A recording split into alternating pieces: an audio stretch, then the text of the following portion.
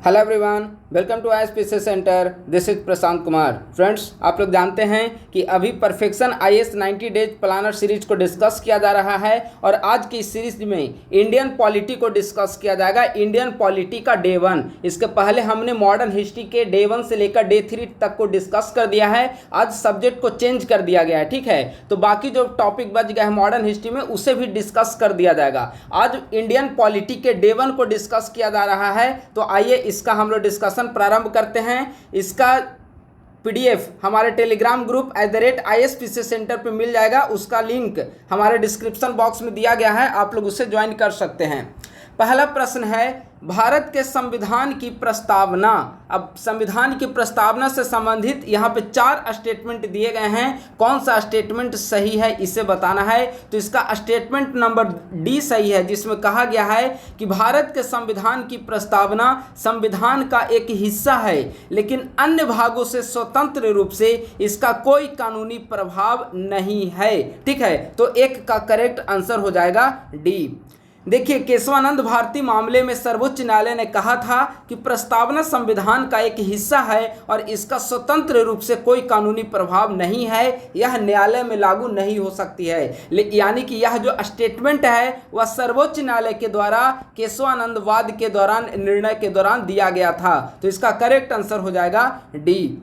अगला प्रश्न है, भारत के संविधान की प्रस्तावना के आदर्श निम्नलिखित में से किस संविधान से लिए गए हैं। 4 ऑप्शन है, यूएसए, फ्रांस, ऑस्ट्रेलिया और आयरलैंड। इन चारों देशों के आधार पर आपको बताना है कि संविधान की प्रस्तावना के आदर्श जो हैं किन किन देश के संविधान से लिए गए हैं। तो देखिए, इसका आंसर हो जाएगा यूएसए और फ्रांस, क्योंकि आप फ्रांस से देखेंगे तो फ्रांस से बेसिकली हमारा प्रस्तावना का मेन जो की पॉइंट है, समानता, स्वतंत्रता और बंधुत्व, जो कि फ्रांसीसी क्रांति का भी नारा रहा था, तो वो लिया गया है फ्रांस से।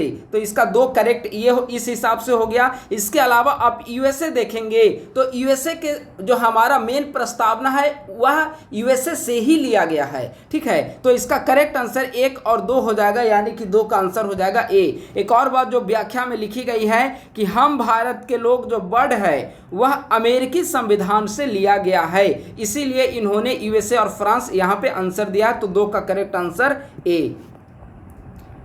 निम्नलिखित में से कौन सा उद्देश्य भारत के संविधान की प्रस्तावना में शामिल नहीं है। स्वतंत्रता से संबंधित कौन सा उद्देश्य संविधान में शामिल नहीं है, बताइए। देखिए, अगर आप प्रस्तावना पढ़ेंगे तो प्रस्तावना में स्पष्ट रूप से लिखा गया है कि विचार, अभिव्यक्ति, विश्वास, धर्म और उपासना की स्वतंत्रता। यानी कि संविधान की प्रस्तावना में 5 प्रकार की स्वतंत्रता का उल्लेख किया गया है, जिनमें से आर्थिक स्वतंत्रता कहीं पर भी हमें देखने को नहीं मिलता है। तो 3 का करेक्ट आंसर क्या हो जाएगा, बी। प्रस्तावना के बारे में निम्नलिखित कथनों पर विचार करें, सही कथन का चयन करना है। पहला, अंबेडकर ने प्रस्तावना को संविधान का परिचय पत्र कहा है, यह गलत है। अगर आप लक्ष्मीकांत बुक आपने पढ़ा होगा तो लक्ष्मीकांत बुक के फर्स्ट पैराग्राफ में दिया गया है प्रस्तावना में कि यह जो स्टेटमेंट है वह N.A. पालकीवाला का है। क्या कहते हैं N.A. पालकीवाल? वे कहते हैं कि प्रस्तावना जो है वह भारतीय संविधान का पहचान पत्र है। तो पहला स्टेटमेंट गलत है। दूसरा, 1960 के बेरुबारी यूनियन मामले में कहा गया कि प्रस्तावना संविधान का हिस्सा है, गलत है। बेरुबारी मामले में एससी ने कहा कि प्रस्तावना संविधान का हिस्सा नहीं है। इसके बाद केशवानंद का जब निर्णय आता है तो केशवानंद में सर्वोच्च न्यायालय ने कहा है कि प्रस्तावना संविधान का हिस्सा है, और इसी को पुनः जब LIC से संबंधित जो केस आता है उसके निर्णय में भी एससी ने कहा कि प्रस्तावना संविधान का हिस्सा है। ठीक है, तो बेरुबारी में कहा था कि प्रस्तावना संविधान का हिस्सा नहीं है। दूसरा नंबर स्टेटमेंट गलत। अगला तीसरा नंबर स्टेटमेंट है, LIC ऑफ इंडिया मामले में सुप्रीम कोर्ट ने फिर से प्रस्तावना को संविधान का अभिन्न अंग बताया। अभी हमने इसे डिटेल किया। तीसरा सही है। तो कौन सा सही है? तो इसका केवल 3 सही है, यानी कि 4 का करेक्ट आंसर हो जाएगा सी। निम्नलिखित कथनों पर विचार करें, कौन सा कथन सही है, सही कथन को बताना है। उद्देश्य प्रस्ताव को संविधान सभा ने 13 दिसंबर 1946 को अपनाया था, गलत है। उद्देश्य प्रस्ताव को प्रस्तुत किया गया था 13 दिसंबर 1946 को संविधान सभा ने, लेकिन अपनाया या स्वीकार कब किया? 22 जनवरी 1947 को स्वीकार किया। पहला स्टेटमेंट गलत है। दूसरा, उद्देश्य प्रस्ताव को सर्वसम्मति से अपनाया गया, सही है। उद्देश्य प्रस्ताव संविधान निर्माताओं की मानसिकता को दर्शाता है, यह भी सही है। तो 2 और 3 नंबर स्टेटमेंट सही हैं, यानी कि 5 का करेक्ट आंसर क्या हो जाएगा? बी। प्रस्तावना की संशोधनीयता के संबंध में निम्नलिखित कथनों पर विचार करें। पहला, प्रस्तावना में 1976 में केवल एक बार संशोधन किया गया है, बिल्कुल करेक्ट है। संशोधन में समाजवादी, धर्मनिरपेक्षता, एकता और अखंडता शब्द को शामिल किया गया है, गलत है। आप देखेंगे कि जब संशोधन किया गया 42वें संशोधन 1976 के द्वारा, तो उसमें समाजवादी, धर्मनिरपेक्ष और अखंडता शब्द का प्रयोग किया गया था, एकता शब्द पहले से ही समाहित था, तो दूसरा नंबर गलत है। तीसरा नंबर, संविधान के अनुच्छेद 368 के माध्यम से प्रस्तावना में संशोधन किया जाता है। प्रस्तावना में संशोधन इसके माध्यम से किया जा सकता है, सही है, ठीक है। तो कौन सा कथन सत्य है? तो 1 और 3 सत्य है, यानी कि इसका करेक्ट आंसर हो जाएगा अच्छा का बी। प्रस्तावना में संप्रभुता के संबंध में निम्न कथनों पर विचार करें, यानी कि संप्रभुता के संबंध में कौन सा कथन सही है उसे यहाँ पर बताना है। संविधान में संप्रभु शब्द को परिभाषित किया गया है, गलत है। संविधान में कहीं पर भी संप्रभुता हो या फिर आप देखेंगे कि अस्पृश्यता हो, अल्पसंख्यक हो, इन सभी शब्दों की परिभाषा संविधान में कहीं पर भी स्पष्ट रूप से नहीं मिलती है, तो पहला गलत। दूसरा, संप्रभु शब्द का अर्थ है राज्य को संवैधानिक सीमा के अनुरूप किसी भी विषय पर कानून बनाने की शक्ति, बिल्कुल सही है। 1973 के केशवानंद भारती मामले में संप्रभुता को सर्वोच्च न्यायालय का मूल ढांचा घोषित किया गया, गलत है। संप्रभुता को मूल ढांचा जो है वह इंदिरा गांधी बनाम राजनारायण मामले में घोषित किया गया था, ठीक है। तो पहला तीसरा गलत है, तो कौन सा सही है? तो केवल 2 सही है, 7 का करेक्ट आंसर हो जाएगा बी। अगला है, कौन सा कथन संविधान की कुंजी के रूप में प्रस्तावना की विशेषता का समर्थन करता है? संविधान की कुंजी के रूप में प्रस्तावना की विशेषता का समर्थन कौन सा करता है? तो आप देखेंगे ऑप्शन नंबर सी जो है, प्रस्तावना न्याय, स्वतंत्रता और समानता सहित मूल मूल्यों और सिद्धांतों को रेखांकित करती है। 8 का करेक्ट आंसर क्या हो जाएगा? सी। 9वां नंबर प्रश्न देखिए, इसका आंसर गलत दिया गया है। इसमें कई सारे आप सवाल देखेंगे कि परफेक्शन आईएएस का जो 90 डेज प्लानर सीरीज है, कई सारे सवाल गलत हैं। आज की सीरीज में ही आज का जो लेक्चर है डे 1 पॉलिटी का, इसमें लगभग 5 से 6 सवाल का आंसर गलत दिया गया है, ठीक है। लेकिन हमने उसको करेक्ट करके मैं यहाँ पर आपके साथ डिस्कस करूँगा। भारतीय संविधान की प्रस्तावना में धर्मनिरपेक्ष शब्द के बारे में निम्न कथनों पर विचार करें, कौन सा कथन सही है इसे बताना है, ठीक है। धर्मनिरपेक्ष शब्द को 1976 में 42वें संविधान संशोधन के द्वारा जोड़ा गया, बिल्कुल करेक्ट है। धर्म की स्वतंत्रता के मौलिक अधिकार की गारंटी देने वाले अनुच्छेद 25 से 28 को धर्मनिरपेक्ष शब्द के जुड़ने के बाद संविधान में शामिल किया गया, यह गलत है। क्योंकि 25 से 28 तक का जो आर्टिकल है, मौलिक अधिकार का आर्टिकल, यह मूल संविधान में जोड़ा गया था और धर्मनिरपेक्षता 1976 में जोड़ा गया है प्रस्तावना में। तो यह स्टेटमेंट पूरी तरीके से गलत है, लेकिन यहाँ व्याख्या में आप देखेंगे कि सही बता गया है, मैं अभी दिखाऊंगा आपको, ठीक है। भारतीय संविधान धर्मनिरपेक्षता की नकारात्मक अवधारणा को दर्शाता है, यह गलत है। भारतीय संविधान की जो धर्मनिरपेक्षता का स्वरूप है वह सकारात्मक धर्मनिरपेक्षता पर आधारित है। तो इसका आंसर होना चाहिए केवल एक सही है, लेकिन इसका आंसर दिया है बी, ठीक है। आप लोग इसका ए निशान लगाएंगे, ए बिल्कुल करेक्ट है। यहाँ पर देखिए, यहाँ पे मिस्टेक दिया गया है, ठीक है। देखिए 9 का यहाँ पे आंसर बी दिया गया है, जो कि पूरी तरीके से गलत है। अगला आइए, प्रस्तावना में गणतंत्र शब्द के बारे में निम्नलिखित शब्दों पर विचार करें और कूट की सहायता से सही उत्तर का चयन करें। एक गणतंत्र में राज्य का मुखिया आमतौर पर एक वंशानुगत पद होता है, बिल्कुल गलत है। क्योंकि गणतंत्र का मतलब होता है जहां पर राष्ट्रपति या फिर सर्वोच्च पद जो होता हो वह वंशानुगत नहीं हो बल्कि निर्वाचित होना चाहिए, ठीक है। एक गणतंत्र में राज्य का मुखिया हमेशा एक निश्चित अवधि के लिए प्रत्यक्ष या अप्रत्यक्ष रूप से निर्वाचित किया जाएगा।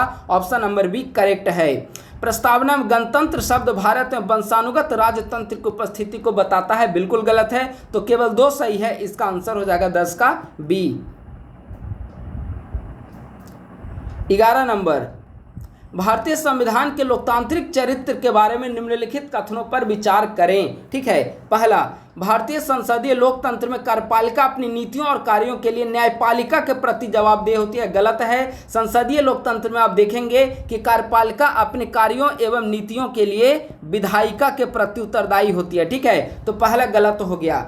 दूसरा नंबर है, भारतीय राजनीति के लोकतांत्रिक चरित्र की अभिव्यक्तियों में सार्वभौमिक वयस्क मताधिकार, आवधिक चुनाव, कानून का शासन, न्यायपालिका की स्वतंत्रता आदि की और कुछ आधारों पर भेदभाव की अनुपस्थिति शामिल होती है। बिल्कुल सही है, और ये सभी जो है भारतीय लोकतंत्र की विशेषता को प्रदर्शित करता है।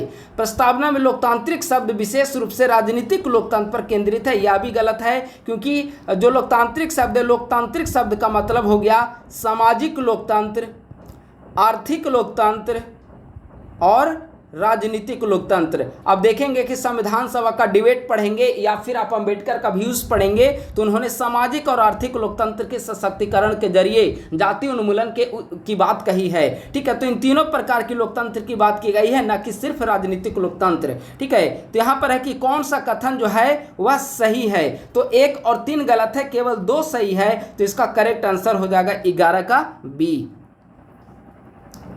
12 नंबर, कौन सा प्रत्यक्ष और अप्रत्यक्ष लोकतंत्र के अंतर को सबसे अच्छे तरीके से उजागर करता है? तो प्रत्यक्ष और अप्रत्यक्ष लोकतंत्र के बीच अंतर आपको बताना है इन चारों स्टेटमेंट को पढ़ने के बाद कि कौन सा स्टेटमेंट करेक्ट है। बताइए आप लोग, इसका आंसर देखें तो आंसर इसका डी हो जाएगा। प्रत्यक्ष लोकतंत्र में प्रमुख निर्णय प्रत्यक्ष रूप से जनता के द्वारा लिए जाते हैं, जबकि अप्रत्यक्ष लोकतंत्र में जो निर्णय होते हैं वे जनता के द्वारा नहीं बल्कि प्रतिनिधियों के माध्यम से लिए जाते हैं। ठीक है, तो 12 का करेक्ट आंसर हो जाएगा डी।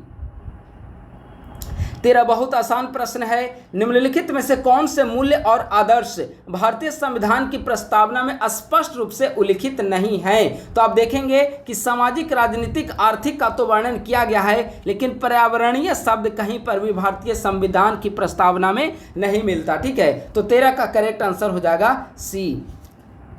अब नया चैप्टर शुरू हुआ। अभी तक जो हम लोग चैप्टर डिस्कस कर रहे थे वह था प्रस्तावना से संबंधित, ये चैप्टर है संविधान की प्रकृति से संबंधित। आइए हम लोग इसको डिस्कस करते हैं। संविधान सभा की मांग से संबंधित निम्नलिखित घटनाओं को कालानुक्रम रूप में व्यवस्थित करना है, क्रम के रूप में बताना है।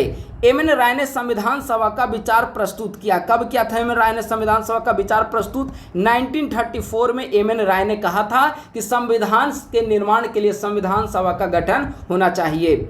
जवाहरलाल नेहरू ने वयस्क मताधिकार के साथ संविधान सभा की आवश्यकता की घोषणा की। यह जवाहरलाल नेहरू ने 1938 ईस्वी में घोषणा की थी। भारतीय राष्ट्रीय कांग्रेस ने आधिकारिक तौर पर संविधान सभा के निर्माण की मांग की। यह घटना 1935 की है। कैबिनेट मिशन ने संविधान सभा की मंजूरी दी। कैबिनेट मिशन कब आया? 1946। और ब्रिटिश सरकार ने मांग स्वीकार की।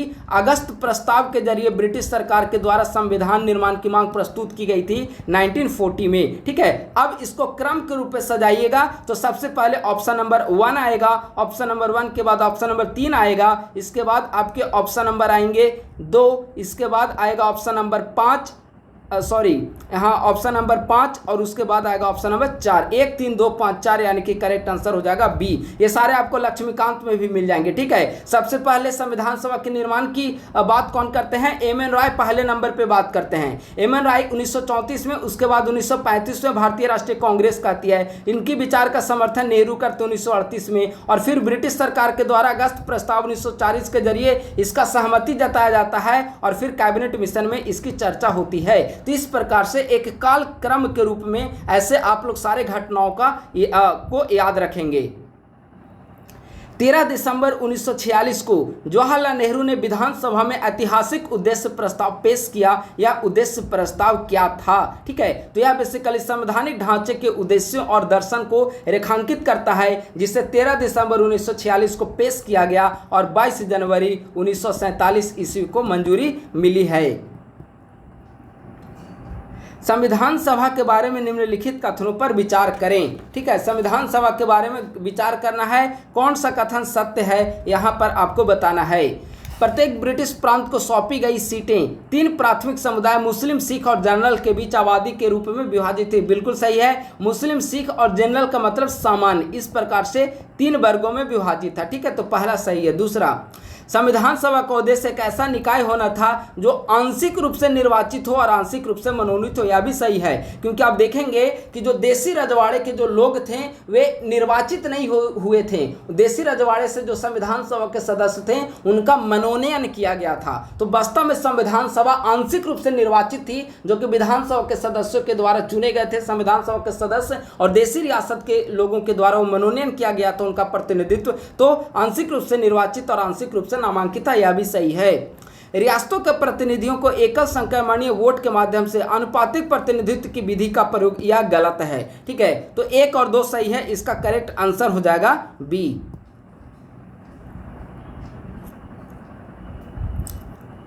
संविधान के प्रारूपण के संबंध में निम्न कथनों पर विचार करें। कौन सा कथन सही है आपको बताना है। संविधान तैयार करने में 2 वर्ष 11 माह 20 दिन लगा, गलत है। 2 वर्ष 11 माह और 18 दिन का समय लगा था। भारतीय संविधान के मसौदे को 60 से अधिक देशों के संविधानों को भेजा गया, यह भी गलत है। 65 प्लस नहीं, 60 प्लस देश होंगे। संविधान के मसौदे पर 14 दिनों तक विचार चला, बिल्कुल सही है। और मसौदा तैयार करने में समिति को 3 साल समय लगा, यह भी गलत है। तो केवल 3 करेक्ट है, इसका आंसर हो जाएगा सी। अब बताइए यहाँ पे कॉलम को मैच करिए। बहुत आसान प्रश्न है, कॉलम को आपको मैच करना है। ठीक है, एक तरफ है V R Iyengar, B N Rao, S N Mukherjee और एच सी मुखर्जी। ठीक है, इसको अगर आप देखेंगे तो एच वी आर अयंगर यह थे संविधान सभा के सचिव, यानी कि ए का हो जाएगा 2। बी एन राव संविधान सभा के कानूनी सलाहकार थे, आप सभी जानते हैं, आसान प्रश्न है। तो ए का 2, बी का 3 हो गया। एच एन मुखर्जी संविधान के मुख्य प्रारूपकार थे और एच सी मुखर्जी संविधान सभा के उपाध्यक्ष थे। ठीक है, तो 1 3 4 1 सॉरी 2 3 4 1 यानी कि आंसर हो जाएगा ए। आइए इसके बारे में कुछ थोड़ा डिटेल देखते हैं। यहाँ पर महत्वपूर्ण फैक्ट्स है। संविधान सभा के उपाध्यक्ष एच सी मुखर्जी और वी टी कृष्णामाचारी, ये दोनों लोग थे। ठीक है, यहाँ पर ऑप्शन केवल एच सी मुखर्जी था, लेकिन याद रखेंगे आप लोग वी टी कृष्णामाचारी। प्रेम बिहारी नारायण रायजादा ने संविधान की सुलेखिका को अंग्रेजी में लिखा था, बसंत कृष्णन वैद्य ने इसे हिंदी में सुलेखित किया। संविधान की सजावट अगर देखेंगे तो हिंदी में नंदलाल घोष बोस ने और अंग्रेजी में बेहर राम मनोहर सिन्हा ने किया था। संविधान सभा का प्रतीक हाथी था।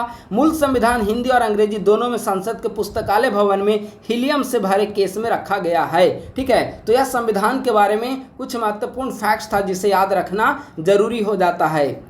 संविधान सभा इंग्लिश में सीए यानी कि कॉन्स्टिट्यूएंट असेंबली। संविधान सभा के कामकाज के बारे में निम्नलिखित कथनों पर विचार करें। संविधान सभा की पहली बैठक 9 दिसंबर 1946 को हुई और उसी दिन संविधान का मसौदा तैयार करना शुरू हुआ। ठीक है, संविधान सभा की जो पहली बैठक है वह 9 दिसंबर 1946 को हुई थी, बिल्कुल सही है। बैठक में 311 सदस्यों ने भाग लिया। यह 311 सदस्यों ने भाग लिया, यह स्टेटमेंट गलत है, क्योंकि जब पहली बैठक हो रही थी 9 दिसंबर 1946 ईस्वी को तो 284 सदस्यों ने भाग लिया था। डॉक्टर राजेंद्र प्रसाद को संविधान सभा की पहली बैठक में अध्यक्ष बनाया गया, गलत है। पहली बैठक में अस्थायी अध्यक्ष सच्चिदानंद सिन्हा को बनाया गया था। ठीक है, और ये अस्थायी अध्यक्ष बने थे, लेकिन ये 11 दिसंबर को बने थे और पहली बैठक 9 दिसंबर को हुई और सच्चिदानंद सिन्हा को अस्थायी अध्यक्ष बना गया, तो यह गलत है। संविधान सभा की अध्यक्षता जीवी मावलंकर ने की जब भी संविधान सभा की बैठक हुई, नहीं, जीवी मावलंकर ने संविधान सभा की बैठक के दौरान अध्यक्षता नहीं की। जब संविधान सभा, देखिए उस समय एक ही निकाय 2 रूप पे काम कर रहा था। संविधान सभा जो थी वह संविधान बनाने का भी काम कर रही थी और दूसरी तरफ संसद के रूप में ही काम कर रही थी। तो जब संसद के रूप में काम करती थी तो उसकी अध्यक्षता जीवी मावलंकर के द्वारा किया जाता था, लेकिन संविधान सभा के रूप में जब काम करती थी तो उसके अध्यक्ष कौन थे? डॉक्टर राजेंद्र प्रसाद। तो 2 3 4 स्टेटमेंट गलत है, तो कौन सा गलत है? तो 2 3 4 स्टेटमेंट गलत है, केवल 1 नंबर स्टेटमेंट सही है। संविधान सभा की प्रमुख और छोटी समितियों के बारे में कथन पर विचार करें। ठीक है, जवाहरलाल नेहरू ने संघ की शक्तियों, संघ के संविधान और संचालन समिति का नेतृत्व किया, गलत है। संचालन समिति का नेतृत्व जो है जवाहरलाल नेहरू नहीं बल्कि डॉक्टर राजेंद्र प्रसाद के द्वारा की जाती है, तो पहला गलत है। प्रांतीय संविधान समिति सरदार वल्लभ भाई पटेल, सही है। प्रक्रिया नियम समिति डॉक्टर राजेंद्र प्रसाद ने अध्यक्षता की, यह भी सही है। तो पहला गलत है, 2 3 सही है, तो कौन सा सही है? सी हो जाएगा, यानी कि 2 और 3 ऑप्शन नंबर करेक्ट हैं। यहाँ फिर से एक बार मैच करना है, बताइए। लेकिन मैच करना यहाँ पर है, डेट दिया गया है कि कब इसे स्वीकार किया गया, डेट के आधार पर मैच करना है, ठीक है। तो राष्ट्रीय ध्वज को स्वीकार किया गया है 22 जुलाई 1947, यानी कि ए का हो जाएगा 3। डॉक्टर राजेंद्र प्रसाद राष्ट्रपति कब बने? आसान है, 24 जनवरी 1950, बी का हो जाएगा 1। उद्देश्य प्रस्ताव कब स्वीकार किया गया? अभी हमने बताया कि 13 दिसंबर 1946 को पेश किया गया, लेकिन 22 जनवरी 1947 को स्वीकार किया गया, तो सी का हो जाएगा 4। प्रारूप समिति का गठन कब हुआ है? तो 29 अगस्त 1947 को, डी का हो जाएगा 2, ठीक है। तो 3 1 4 2, 3 1 4 2 ऑप्शन नंबर बी में है, 8 का आंसर हो जाएगा बी। अगला, भारतीय संविधान के लागू होने के संदर्भ में 26 जनवरी का क्या महत्व है? तो आप सभी जानते हैं 26 जनवरी पूर्ण स्वराज दिवस के रूप में मनाया जाता है। इस दिन 1930 में आईएनसी के लाहौर अधिवेशन के प्रस्ताव के बाद पूर्ण स्वराज दिवस मनाया गया था, और बाद में आज़ादी के बाद यही 26 तारीख को 26 जनवरी का डेट रखा गया था, जब हम लोग संविधान को लागू करने की वर्ष के रूप में मनाते हैं, गणतंत्र दिवस जिसे कहा जाता है, ठीक है। तो 9 का करेक्ट आंसर हो जाएगा बी।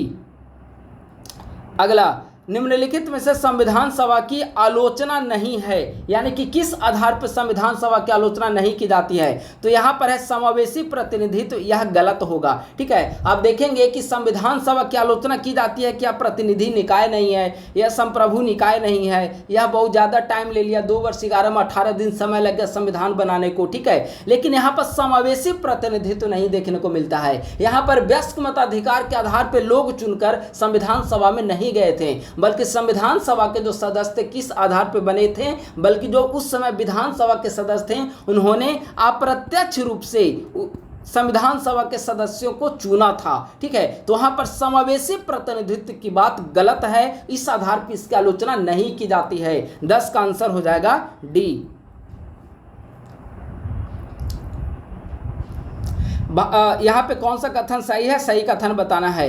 भारत के संविधान में 42वें संशोधन ने प्रधानमंत्री के चुनाव को न्यायिक समीक्षा से परे कर दिया, यह गलत है, क्योंकि प्रधानमंत्री को न्यायिक समीक्षा के सीमा से परे 42वें संशोधन के द्वारा नहीं बल्कि 39वें संशोधन के द्वारा किया गया था। भारत के सर्वोच्च न्यायालय ने भारत के संविधान के 99वें संशोधन को न्यायपालिका की स्वतंत्रता को उल्लंघन माना, बिल्कुल सही है। 99वें संशोधन का जो संबंध है NJAC, इसमें इसके जरिए संसद ने कानून बनाया जिसमें कहा गया था कि किस आधार पे जो न्यायाधीश होंगे उनका चयन किया जाएगा, उनका मनोनयन किया जाएगा, ठीक है। तो इसमें कार्यपालिका का भी प्रतिनिधित्व रखा गया था। इसी कारण सुप्रीम कोर्ट ने कहा कि अगर कार्यपालिका को हम न्यायाधीश या फिर न्यायपालिका के सदस्य को चुनाव करने में अगर रखेंगे तो हमारी स्वतंत्रता का जो है हनन होगा, और यह कहीं ना कहीं संविधान के मूल ढांचे का उल्लंघन करता है। तो यह दूसरा सही है, ठीक है। तो कौन सा सही है? केवल 2 सही है, 11 का आंसर हो जाएगा बी। अगला 12, ए और बी में दिए गए स्टेटमेंट। कथन ए, भारतीय संविधान सबसे लंबा लिखित संविधान है जिसमें ढेर सारे कानूनी खंड हैं, बिल्कुल सही है। और देखेंगे कि इसमें 395 अनुच्छेद हैं जो किसी भी देश के संविधान में अमूमन देखने को नहीं मिलता, इसीलिए कहा जाता है कि विश्व का सबसे लंबा संविधान है। कारण हमारे संविधान में अनिश्चितता और मुकदमेबाजी को कम करने के लिए तुलनात्मक प्रावधानों की व्याख्या करते हुए कहीं और किए गए न्यायिक निर्णयों के संशोधित परिणामों को शामिल किया है, बिल्कुल सही है। और सबसे बड़ा संविधान बनने का यही कारण है कि भारतीय संविधान में एक एक चीज़ों का विस्तृत तरीके से डिटेल किया गया ताकि केंद्र और राज्यों के बीच विवाद की स्थिति नहीं बने। तो यहाँ पर ए और आर दोनों सत्य है और कथन आर जो है वह ए का सही स्पष्टीकरण है, ठीक है। अगला आइए, अगला यहाँ पर सवाल है, भारतीय राजनीति में निम्न में से कौन सी एक आवश्यक विशेषता जो दर्शाती है क्या संघीय चरित्र की है? बताइए, 4 ऑप्शन दिए गए हैं, इनमें से संघवाद की विशेषता क्या है? यहाँ पर इसका आंसर गलत दिया गया है। ऑप्शन के अकॉर्डिंग अगर आप लक्ष्मीकांत में संघीय व्यवस्था चैप्टर को पढ़ेंगे तो संघीय व्यवस्था चैप्टर में स्पष्ट रूप से लिखा गया है कि संघवाद की कई सारी विशेषताएं होती है, जिनमें लिखित संविधान संघवाद की विशेषता है, न्यायपालिका की स्वतंत्रता भी संघवाद की विशेषता है। लेकिन यहाँ पर आंसर ए होना चाहिए था, ठीक है, लेकिन आंसर यहां पर दे दिया है बी, जो कि पूरी तरीके से गलत है। केंद्र द्वारा राज्य के राज्यपाल की नियुक्ति संघात्मक व्यवस्था की विशेषता नहीं है, बल्कि एकात्मक व्यवस्था की विशेषता को प्रदर्शित करता है। आप सोर्स और रेफरेंस के रूप में लक्ष्मीकांत बुक को खोलिए और संघवाद की विशेषता चैप्टर आप देखिए वहां पर कि संघवाद की विशेषता में यह प्रावधान स्पष्ट रूप से लिखा गया है। तो 13 का करेक्ट आंसर होना चाहिए ए। देखिए यहां पर 13 का आंसर इन्होंने बी दे दिया है, जो कि पूरी तरीके से गलत है। अगला, संविधान के निर्माताओं ने सभी ज्ञात संविधानों के कामकाज से प्राप्त संचित अनुभव को शामिल करने और उन सभी दोषों और खामियों से बचने की कोशिश की जिनकी उन संविधानों के प्रकाश में आशंका हो सकती थी। निम्नलिखित में से कौन से प्रावधान अपने संविधान स्रोत से मेल खाते हैं? ठीक है, तो इसमें आप देखेंगे कि जैसे संसदीय व्यवस्था यूएस से लिखा गया, गलत है। संसदीय व्यवस्था कहाँ से लिया गया है? ब्रिटेन से लिया गया है, यूके से लिया गया है। राज्य के नीति निदेशक तत्व फ्रांस से, यह भी गलत है। राज्य के नीति निदेशक तत्व कहाँ से लिया गया है? आयरलैंड से लिया गया है। संविधान संशोधन की प्रक्रिया या दक्षिण अफ्रीका से लिया गया है, तो ये तीनों गलत है। समवर्ती सूची जो है वह ऑस्ट्रेलिया प्योर करेक्ट है, तो 14 का करेक्ट आंसर हो जाएगा डी। 15 नंबर, कौन सा कथन सही है? आपको सही कथन बताना है यहां पर, ठीक है। पहला, भारत का संविधान संघवाद, धर्मनिरपेक्षता, गणतंत्र, मौलिक अधिकारों और लोकतंत्र के संबंध में मूल संरचना शब्द को परिभाषित करता है। देखिए, भारत के संविधान में कहीं पर भी मूल संरचना को डिफाइन नहीं किया गया है। क्यों? क्योंकि मूल संरचना संविधान में कहीं जिक्र ही नहीं है, या तो सुप्रीम कोर्ट के द्वारा केशवानंद भारती मामले में इस वर्ड का इजाद किया गया, तो फिर संविधान में इसकी व्याख्या कैसे होगी? ठीक है, पहला स्टेटमेंट जो है इनकरेक्ट है। दूसरा, भारत का संविधान न्यायिक समीक्षा के माध्यम से नागरिकों की स्वतंत्रता की रक्षा करता, बिल्कुल सही है। और न्यायिक समीक्षा इसीलिए प्रदान की गई है ताकि नागरिकों के मौलिक अधिकारों का हनन ना हो सके। तो ऑप्शन नंबर 2 करेक्ट है, एक इनकरेक्ट है। 15 का आंसर हो जाएगा बी। भारत का संसदीय लोकतंत्र ब्रिटिश मॉडल पर आधारित है, लेकिन दोनों के बीच अंतर है, और क्या अंतर है इसे बताना है। पहला, ब्रिटिश संसद संप्रभु है, लेकिन भारत में लोगों की शक्ति अंतिम अधिकार रखती है, बिल्कुल सही है। ब्रिटेन का संसद तो संप्रभु है, लेकिन भारत में जो है संसद संप्रभु नहीं है, ठीक है। संसद सबसे बड़ी निकाय है कानून बनाने की, लेकिन यह संविधान से ऊपर नहीं है, ठीक है। यहाँ पर संविधान जो है वह सर्वोच्च है, और संसद को कानून बनाने के लिए संविधान के दायरे में रहकर काम करना पड़ता है। पहला स्टेटमेंट बिल्कुल करेक्ट। भारत में न्यायपालिका संसद के किसी अधिनियम के संशोधन की संवैधानिकता की देखरेख कर सकती है, लेकिन ब्रिटेन में संसदीय संप्रभुता के कारण न्यायपालिका की समीक्षा की शक्ति को सीमित करता है। यह भी सही है, क्योंकि भारत में आप देखेंगे कि यहाँ पर न्यायपालिका को विधायिका के द्वारा बनाए गए कानूनों की समीक्षा करने का अधिकार है, लेकिन ब्रिटेन में कॉमिटेड ब्यूरोक्रेसी की कॉमिटेड वहाँ पर जुडिशियरी देखने को मिलती है। वहाँ पर सबसे बड़ी जो निकाय है वह विधायिका है। अगर विधायिका कोई कानून बना देती है तो न्यायपालिका कुछ भी नहीं कर सकती है। विधायिका अपने आप में सर्वोसर्वा है। क्यों? क्योंकि वहां पर कोई लिखित संविधान है ही नहीं। ब्रिटेन में अलिखित संविधान है, ठीक है। तो जब लिखित संविधान होगी ही नहीं तो फिर न्यायपालिका किन प्रावधानों के तहत विधायिका के द्वारा बनाए गए कानून को उल्लंघन करे, उसे अवैध घोषित करेगी, ठीक है ना। तो इस प्रकार से पहला और दोनों सही है। 16 का करेक्ट आंसर हो जाएगा सी।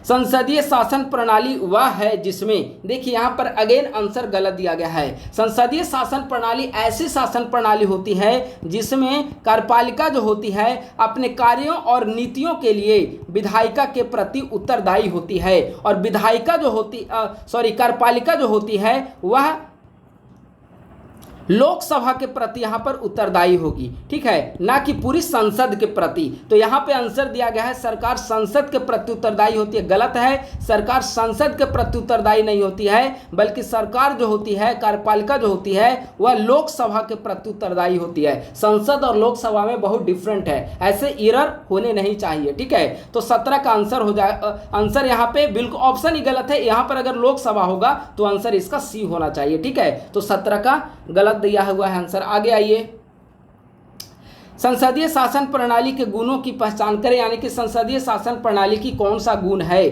पहला, यह एक उत्तरदायी सरकार शासन सुनिश्चित करती है, सही है। सभी वर्गों का यहाँ पर व्यापक प्रतिनिधित्व होता है, बी नंबर भी सही है, पहला सही है। दूसरा सही है, कार्यपालिका विधायिका का एक हिस्सा होती है और दोनों स्वतंत्र रूप से काम करते हैं, यह गलत है। यहाँ भी हमने बताया कि कार्यपालिका विधायिका के प्रति उत्तरदायी होती है, ठीक है। दोनों स्वतंत्र रूप से काम नहीं कर सकते, एक दूसरे के साथ मिलकर काम करना पड़ता है, क्योंकि कार्यपालिका कोई भी काम करेगी उसके लिए उसको विधायिका से सहमति लेनी पड़ती है, ठीक है। तो यह गलत हो गया। विधायिका और कार्यपालिका में सख्त पृथक्करण होता है, यह भी गलत है। अभी हमने बताया कि दोनों मिलकर काम करते हैं, तो इसका केवल 2 स्टेटमेंट सही है, ए और बी सही है, यानी कि 18 का आंसर हो जाएगा बी।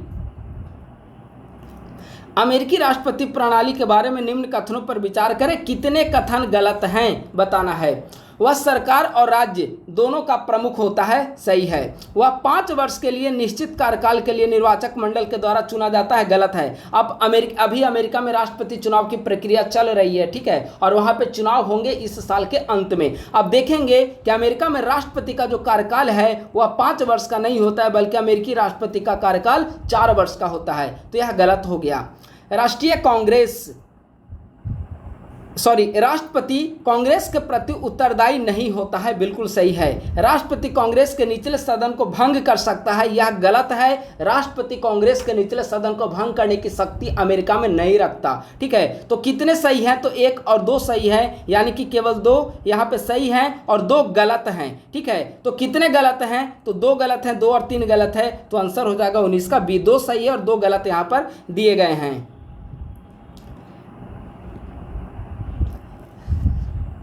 अगला है, हम संसदीय शासन प्रणाली के बारे में गलत विकल्प की पहचान करें और कौन सा गलत है उसे बताना है। हमारे संविधान निर्माताओं ने अधिक स्थिरता की बजाय अधिक जिम्मेदारी को प्राथमिकता दी है, सही है। संविधान निर्माता विधायक और कार्यपालिका के बीच सेतु बनाना चाहते थे, अभी सही है। भारतीय संविधान संसद को संप्रभुता प्रदान करता है, यह गलत है। अभी हमने बताया कि यहाँ पर संसद संप्रभु नहीं है, ब्रिटेन में संसद संप्रभु है, लेकिन यहाँ पर संसद को संविधान के मर्यादाओं के अनुसार विधि निर्माण करना पड़ता है। तो संविधान एक तरह से सर्वोच्च हो गया, जनता संप्रभु है और संसद सबसे बड़ी निकाय है विधि निर्माण की। भारत के प्रधानमंत्री दोनों सदनों में से किसी भी सदन का सदस्य हो सकता है, सही है। तो कौन सा गलत है, तो ऑप्शन नंबर सी गलत है, यानी कि 20 का आंसर हो जाएगा सी। संसदीय शासन प्रणाली के लाभ के बारे में पहचान करें, लाभों को बताना है, यानी संसदीय शासन प्रणाली के कौन से लाभ हैं, ठीक है। तो आप देखेंगे तो यहाँ पर है कि विधायक कार्यपालिका विधायिका के प्रति उत्तरदायी होती है, तो 21 का करेक्ट आंसर हो जाएगा सी। निम्नलिखित कथनों पर विचार करें, कौन सा कथन सही है। वेस्टमिंस्टर शासन प्रणाली के अंतर्गत विधायिका कार्यपालिका के प्रति उत्तरदायी होती है, गलत। कार्यपालिका विधायिका के प्रति उत्तरदायी होती है, ठीक है, ना कि विधायिका कार्यपालिका के प्रति। राष्ट्रपति वास्तविक कार्यपालिका होती है। वेस्टमिंस्टर का मतलब होता है संसदीय व्यवस्था, ठीक है। और अभी हमने ऊपर बताया कि संसदीय व्यवस्था में कार्यपालिका विधायिका के प्रति उत्तरदायी होती है, तो पहला गलत हो गया। दूसरा, बताइए संसदीय व्यवस्था में राष्ट्रपति वास्तविक कार्यपालिका होती है, गलत है। वास्तविक कार्यपालिका प्रधानमंत्री जो होता है वह वास्तविक कार्यपालिका होता है और राष्ट्रपति जो होता है वह नाम मात्र की कार्यपालिका होता है। तो यहाँ पर दोनों गलत दिया गया है, तो कौन सा सही है, न तो 1 सही है न तो 2 सही है। 22 का आंसर हो जाएगा डी। संसद द्वारा विशेष बहुमत से संविधान में बड़े बदलाव करने के मार्ग में एक बड़ी बाधा न्यायिक रूप से नवीन सिद्धांत है, जिसे केवल तभी समाप्त किया जा सकता है जब केशवानंद मामले में 13 न्यायाधीशों की पीठ से बड़ी पीठ उस मामले में निर्णय को पलटने के लिए तैयार हो। अब बताइए कौन सा प्रावधान जो है उपरोक्त कथन से संबंधित है, तो मूल संरचना से संबंधित है। मूल संरचना न्यायपालिका के द्वारा कब लाया गया, 1973 में सुप्रीम कोर्ट के द्वारा केशवानंद मामले के दौरान मूल संविधान का कॉन्सेप्ट उभर कर सामने आता है। तो 23 का आंसर हो जाएगा डी। संवैधानिक सरकार वह सरकार है जो राज्य प्राधिकरणों के हितों की रक्षा के लिए व्यक्तिगत स्वतंत्रता को प्रतिबंधित करता है। बिल्कुल गलत है। संविधान में कहीं पर भी व्यक्ति के अधिकार यानी कि मौलिक अधिकार को सीमित करने की बात नहीं की गई है। पहला गलत है। दूसरा, यह व्यक्ति की स्वतंत्रता की रक्षा के लिए राज्य प्राधिकरण को प्रतिबंधित करता है। बिल्कुल सही है। तो कौन सा सही है? केवल दो सही है। इसका आंसर हो जाएगा 24 का बी। अगला है कौन सा कथन सत्य है? 25 नंबर सवाल। संविधान राज्य सूची पर संघ सूची और राज्य सूची पर संवर्ती सूची का प्रभुत्व सुरक्षित करता है। बिल्कुल सही है। राष्ट्रपति शासन के तहत बनाया गया कानून राष्ट्रपति शासन समाप्त होने पर अस्तित्व में नहीं रहता। यह गलत है। अस्तित्व में रहता है जब तक कि वह विधानमंडल उसे समाप्त नहीं कर देती। ठीक है, तो कौन सा सही है? केवल एक सही है। इसका आंसर हो जाएगा 25 का ए। पॉलिटी में थोड़ा सा आसान प्रश्न है। ठीक है, अच्छे से अगर आप लोग सॉल्व करेंगे तो मेरे ख्याल से दिक्कत नहीं होना चाहिए। कथन है हमारे संविधान निर्माताओं ने संसद को एक सरल प्रक्रिया के द्वारा राज्यों को पुनर्गठित करने का अधिकार दिया, जिसका सार यह है कि प्रभावित राज्य अपने विचार व्यक्त कर सकते हैं लेकिन संसद की इच्छा का विरोध नहीं कर सकते। यह बिल्कुल सही है। कारण है कि भारत सरकार अधिनियमों के तहत प्रांतों का समूहन लोगों के सामाजिक, सांस्कृतिक और भाषाई विभाजन के बजाय राजनीतिक और ऐतिहासिक कारणों पर आधारित है। दोनों स्टेटमेंट सही हैं और आर ए का सही स्पष्टीकरण है। तो 26 का आंसर देखा जाए तो 26 का करेक्ट आंसर क्या हो जाएगा? ए। अब आइए संघ राज्य क्षेत्र, नया चैप्टर है और लास्ट चैप्टर होगा ये। ठीक है, डे 1 के अंतर्गत 3 चैप्टर को समाहित किया गया था। ठीक है, इसे भी हम लोग देख लेते हैं। अनुच्छेद 1 के संबंध में निम्न कथनों पर विचार करें। कितने कथन सही हैं उसे आपको बताना है। पहला, इसमें कहा गया है कि इंडिया अर्थात भारत राज्यों का समूह नहीं बल्कि राज्यों का संघ होगा। यह सही है कि कहा गया है कि इंडिया अर्थात भारत जो है वह राज्यों का संघ होगा, तो पहला सही है। दूसरा, संविधान सभा ने देश के नाम में एकमतता दिखाई, यह गलत है। अगर देश के नाम में एकमतता दिखाती तो संविधान सभा में एक ही देश के लिए 2 नाम क्यों यूज करना पड़ता? इसीलिए कहा गया है यहाँ पर इंडिया अर्थात भारत या भारत अर्थात इंडिया राज्यों का संघ है। एकमतता नहीं था। कितने सदस्य चाहते थे कि इंडिया रखा जाए, कुछ सदस्य चाहते थे कि भारत रखा जाए। ठीक है, भारत का संघ भारत के क्षेत्र की तुलना में एक व्यापक अभिव्यक्ति है, यह गलत है। ठीक है, तो कितने सही हैं? तो केवल एक सही है। एक आंसर हो जाएगा ए। भारतीय संविधान के अनुच्छेद 1 के अनुसार भारत को राज्यों के संघ के रूप में वर्णित किया गया है। इसका क्या अर्थ है? इसका अर्थ है कि राज्यों के संघ शब्द से केंद्र शासित प्रदेशों को बाहर रखना। 2 का करेक्ट आंसर हो जाएगा सी।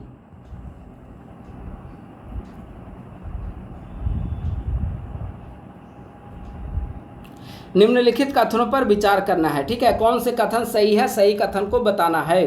पहला, भारतीय संघ और उसके क्षेत्रों का उल्लेख भाग 1 अनुच्छेद 1 से 5 तक में किया गया है, यह गलत है। भाग 1 के अंतर्गत 3 आर्टिकल हैं, आर्टिकल 1, 2 एंड 3। ठीक है, अब 5 में देखेंगे कि यहाँ से नागरिकता शुरू हो जाता है। ठीक है, तो पहला गलत है। दूसरा, भारत का संघ हमेशा भारत के क्षेत्र से बड़ा होता है जैसा कि अनुच्छेद 1 में कहा गया है, और अभी हमने ऊपर वाले प्रश्न में सॉल्व किया तो इसे गलत बताया।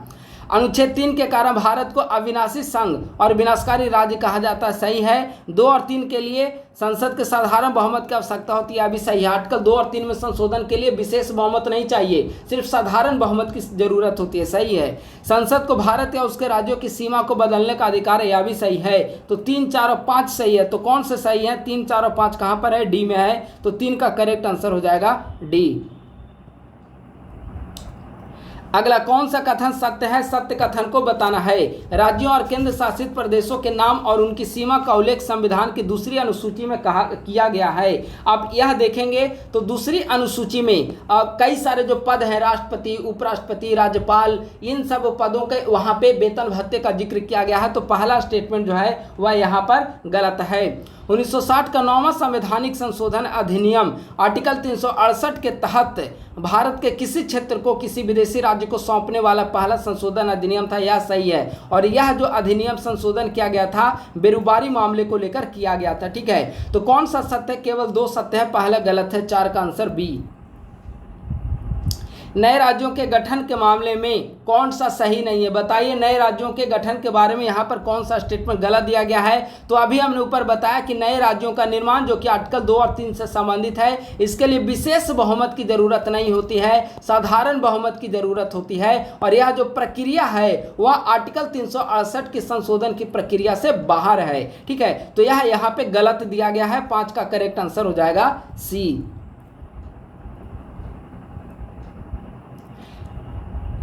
किसी विदेशी राज्य को भारतीय क्षेत्र सौंपने के उद्देश्य से विधेयक के लिए निम्न की आवश्यकता होगी। तो इसी अगर कोई सरकार है या फिर अपनी किसी भी क्षेत्र को, किसी भी भूभाग को विदेशी राज्य को सौंपना चाहती है तो इसके लिए विशेष बहुमत से संविधान संशोधन करने होंगे। और इसके लिए आप लोग याद रखिए, याद करिए 100वां संविधान संशोधन जब नई मोदी सरकार का गठन हुआ था 2014 ईस्वी में, तो उसके बाद उन्होंने भारत और बांग्लादेश के भी सीमा विवाद को सुलझाने के लिए 100वां संविधान संशोधन किया था और भारत के कुछ क्षेत्रों को बांग्लादेश दिया गया और बांग्लादेश के कुछ क्षेत्रों का अधिग्रहण भारत में किया गया। ठीक है, तो 6 का करेक्ट आंसर हो जाएगा बी।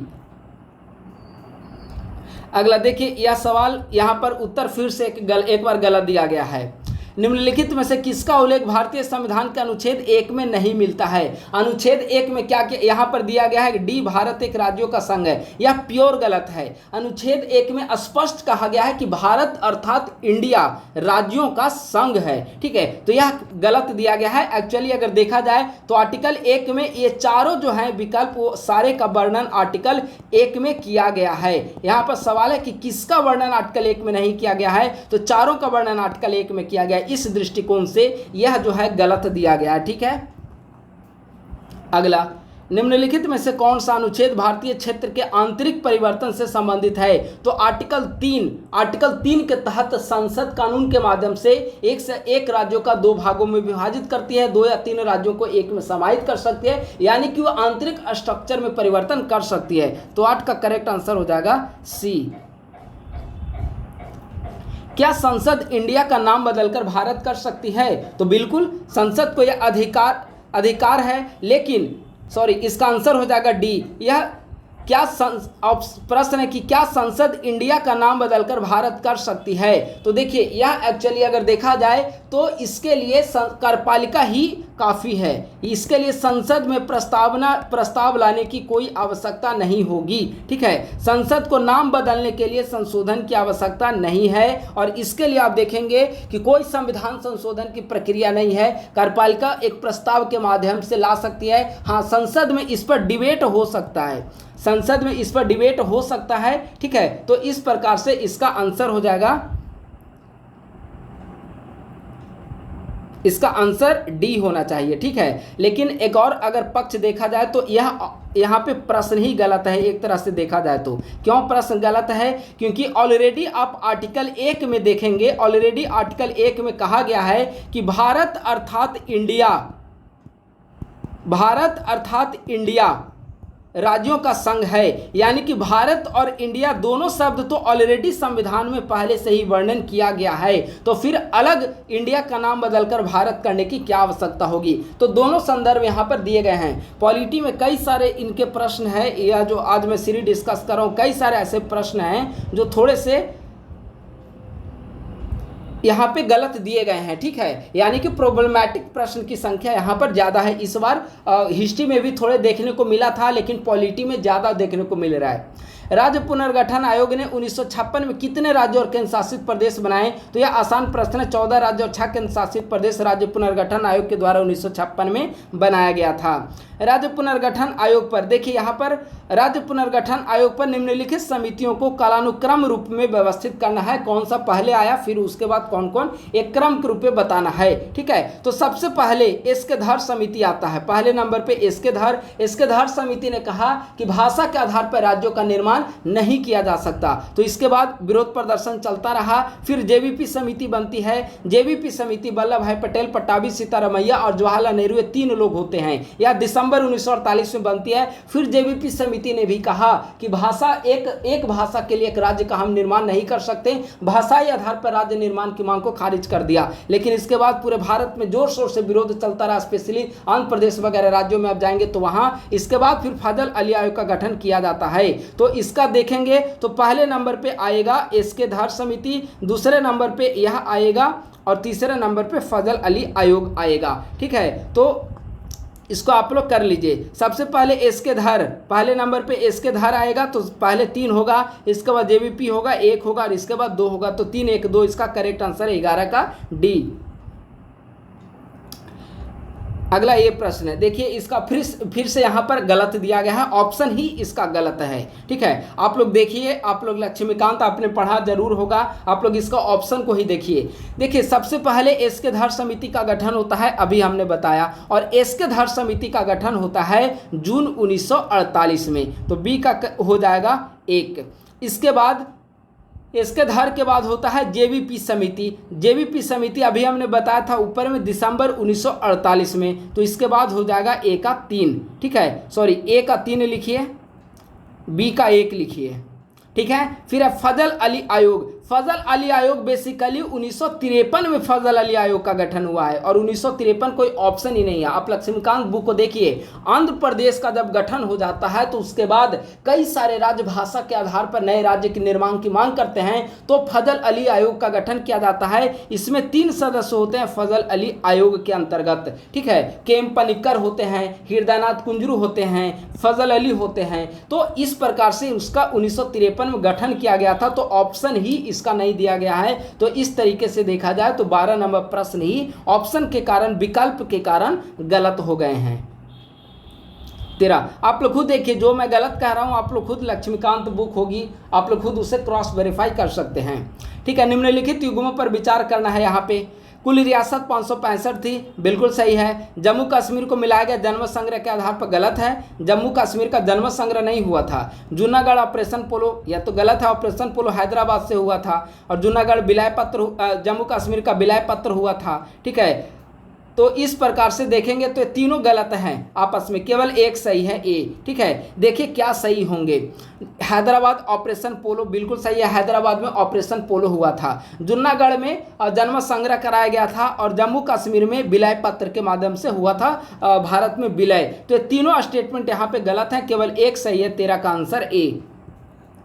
जो गलत हो रहा है तो उसको आप लोग समझने का प्रयास करें कि जो गलत हो रहा है वह आखिर गलत क्यों हो रहा है। ठीक है, यहाँ पे 4 ऑप्शन हैं, आपको यहाँ पे मैच करना है, इसका निर्माण कब किया गया था, इस आधार पे आपको मैच करना है। ठीक है, तो सबसे आसान होगा छत्तीसगढ़ को आप लोग भांपिए पहले, छत्तीसगढ़, झारखंड और उत्तराखंड कब गठन हुआ, 2000 में, तो बी का करेक्ट आंसर हो जाएगा ए। सबसे आसान यही है आपको मैच करने का। ठीक है, आप इसके बाद गोवा को देखिए, गोवा का गठन हुआ था 1947 में, 1987 में, तो ए का हो जाएगा 4, बी का हो गया आपका 1।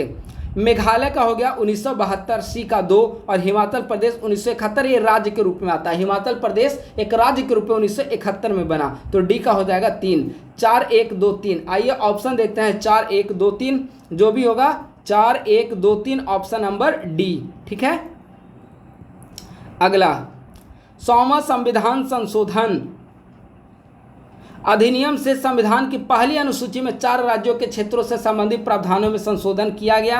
ये 4 राज्य कौन कौन हैं? ठीक है, अभी हमने बताया था 100वां संविधान संशोधन भारत और बांग्लादेश के बीच सीमा विवाद को सुलझाने के लिए नई मोदी सरकार के गठन जब हुआ था उसके बाद किया गया था। तो इसमें भारत के 4 राज्य असम, बंगाल, मेघालय और त्रिपुरा, जिनका बॉर्डर बांग्लादेश के साथ शेयर होगा, उन्हीं राज्यों के तो क्षेत्र दिए जाएंगे बांग्लादेश को, उन्हीं राज्यों के साथ तो डिस्प्यूट होगा, तो इसका आंसर हो जाएगा ए। आसान प्रश्न था, ऑप्शन से आप छांट सकते थे। ठीक है, प्रश्न को समझना बहुत डिफिकल्ट होता है, अगर प्रश्न को आप समझ चुके हैं तो ऑप्शन में आपको कंफ्यूजन नहीं होगी, आप अच्छे तरीके से एलिमिनेट कर सकते हैं अगर आपके पास थोड़ी बहुत जानकारी है तो। सिक्किम के बारे में निम्नलिखित कथन पर विचार करें, कौन सा कथन सही है? ब्रिटिश काल के दौरान सिक्किम एक भारतीय राज्य था जो कि अहोम नामक एक वंशानुगत राजा वहां पे अधीन था, गलत है। अहोम जो था वह सिक्किम में नहीं, सिक्किम में आप देखेंगे तो चुगयाल का शासन था, पहला गलत है। मई 1974 में सिक्किम कांग्रेस ने राजशाही शासन को समाप्त करने का फैसला किया और सिक्किम विधानसभा ने सिक्किम सरकार अधिनियम 1974 पारित किया, बिल्कुल सही है। तो पहला गलत है, दूसरा सही है, इसका आंसर हो जाएगा 16 का बी। अब आइए फजल अली आयोग से संबंधित। फजल अली आयोग ने राज्य पुनर्गठन के लिए किसको आधार बनाया? पहला, देश की एकता और अखंडता का संरक्षण और सुदृढ़ीकरण, बिल्कुल सही है, पहला ऑप्शन सही है। दूसरा, भाषाई और धार्मिक एकरूपता, यह गलत है, बल्कि फजल अली आयोग ने कहा कि भाषाई और सांस्कृतिक एकरूपता को हमें ध्यान में रखना होगा। ठीक है, तो पहला सही, दूसरा गलत। तीसरा, वित्तीय आर्थिक और प्रशासनिक विचार, तीसरा सही है। प्रत्येक राज्य में लोगों के कल्याण की योजना भी, चौथा भी सही है। तो 1, 3, 4 सही है, 1, 3, 4 यानी कि इसका करेक्ट आंसर हो जाएगा सी। आइए फिर से एक बार राज्यों के निर्माण के आधार पर यहाँ पर मैच करने के लिए दिया गया है। ठीक है, यह भी आसान प्रश्न है, अच्छे तरीके से इसे आप लोग मैच करेंगे। पहला है नागालैंड। नागालैंड 1963 में, ए का हो जाएगा 3। सिक्किम से बताइए, 1900, अभी हमने ऊपर ऑप्शन देखा कि 1974 में वहाँ की विधानसभा ने मंजूरी दी और 1975 में इसे राज्य बनाया गया, तो बी का हो जाएगा 4। ठीक है, 3, 4। अब आइए हिमाचल प्रदेश। अभी हमने ऊपर में बताया था हिमाचल प्रदेश राज्य का दर्जा 1971 में मिला और छत्तीसगढ़ 2000, डी का हो जाएगा 2। तो 3, 4, 1, 2 कहां पर है? ऑप्शन नंबर ए में है, 18 का आंसर हो जाएगा ए। राज्यों के निर्माण लक्ष्मीकांत में स्पष्ट दिया गया है, आप लोग पूरी तरीके से रट जाइए उसे। ठीक है, अब आइए यहाँ पर संविधान संशोधन अधिनियम दिया गया है, किस अधिनियम के तहत किस राज्य को यहाँ पर हिस्सा बनाया गया है। ठीक है, पहला है 10वां संविधान संशोधन 1961। तो 10वां संविधान संशोधन 1961 के माध्यम से दादरा नगर हवेली को शामिल किया गया, ए का 4 हो जाएगा। इसके बाद है 12वां संविधान संशोधन अधिनियम 1962, गोवा, दमन और दीव, बी का हो जाएगा 3। ठीक है, तो ए का 4, बी का 3, एक ही ऑप्शन में आ रहा है, आंसर हो जाएगा इसका ए, 19 का आंसर हो जाएगा ए। ठीक है, जो भी राज्य का निर्माण किया गया भारत में जिस प्रकार से, उसे आप लोग कंप्लीट करते चले। ठीक है, तो कुल मिलाकर इंडियन पॉलिटी का डे 1 सीरीज हमने कंप्लीट किया है। ठीक है, हम लोग हर एक सब्जेक्ट के महत्वपूर्ण जो सीरीज होंगे उसको कवर करेंगे। रेगुलर वे में मैं नहीं डिस्कस करूं, कारण यह है कि एक ही टॉपिक अगर लगातार डिस्कस किया जाएगा 15 दिन 20 दिन तक, तो आप लोग हो सकता है बोरियत फील करने लगे। तो इसीलिए हमने 3 दिन हमारा मॉडर्न हिस्ट्री हुआ, आज पॉलिटी हुआ है, फिर 2-3 दिन पॉलिटी चलेगा, फिर ज्योग्राफी किया जाएगा, बिहार स्पेशल, ऐसे करके कवर करेंगे। फिर जो पूरा छूटता चला जाएगा पीछे का, उसको बाद में हम लोग कवर करेंगे। अगर आप लोग हमारे यूट्यूब चैनल पर नए हैं तो हमारे यूट्यूब चैनल को सब्सक्राइब कर लीजिए और हमारा टेलीग्राम ग्रुप @ISPC सेंटर को आप लोग ज्वाइन कर लें, जहां पर बीपीएससी की तैयारी से संबंधित मटेरियल आपको निःशुल्क प्रोवाइड किए जाते हैं और गाइडलाइन भी आपको प्रोवाइड किए जाते हैं। ठीक है, तो बस आज की वीडियो में इतना ही। आप सभी से निवेदन है कि हमारे यूट्यूब चैनल के लिंक को अधिक से अधिक शेयर करें, ताकि अधिक से अधिक संख्या में अभ्यर्थी हमारे यूट्यूब चैनल को ज्वाइन कर सकें। थैंक यू सो मच, बहुत बहुत धन्यवाद।